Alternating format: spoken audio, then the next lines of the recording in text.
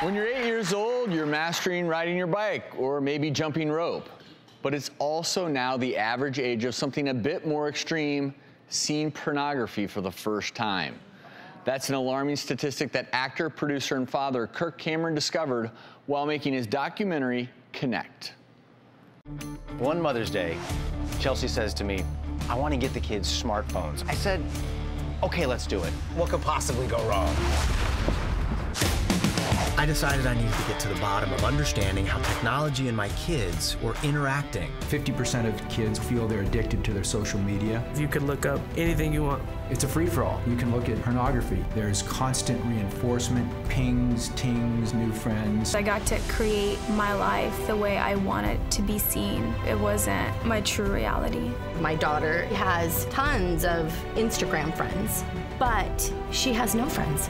They call it like fatty. You're just so dumb. The words they start giving you is the words you believe.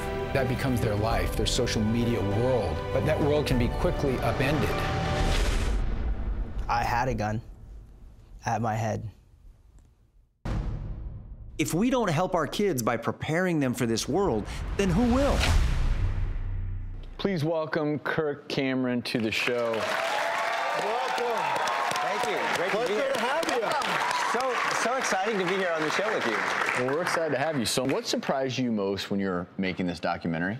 I was shocked by things like, even though kids are more connected to a virtual world with friends and so-called followers, experts are saying that this is actually the loneliest generation of children and teenagers ever because they lack the real-world personal skills to have relationships. Computer, gadget, techno savvy, but when it comes to just one-on-one interpersonal.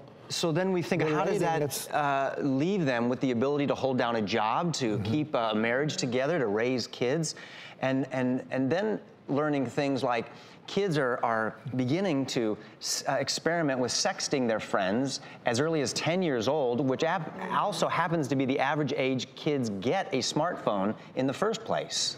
If you think about it, the iPhone was invented only 10 years ago. So we are pioneer parents. We can't go to our parents and say, hey, Mom, what did you do when I was on Instagram? How did you monitor that?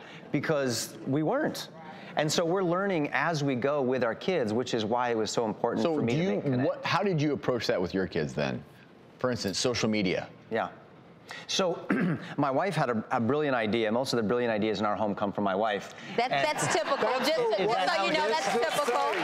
Because it's the truth. That's why it's the right thing to say, because it's the truth. My friend. So, of course, with any powerful tool in our house, whether it's a car or a firearm or social media and a phone, we want to only give our kids freedoms that are good for them and that they're responsible enough to handle. So we locked down an open internet connection and the ability to download apps. And my wife decided to begin trying new apps by downloading them onto her phone, not the kid's phone, but hers, so that out in the open, in the kitchen, we could learn how to use them together, not behind a closed door and behind a password that we don't know, until they were responsible enough to be able to use them on their own.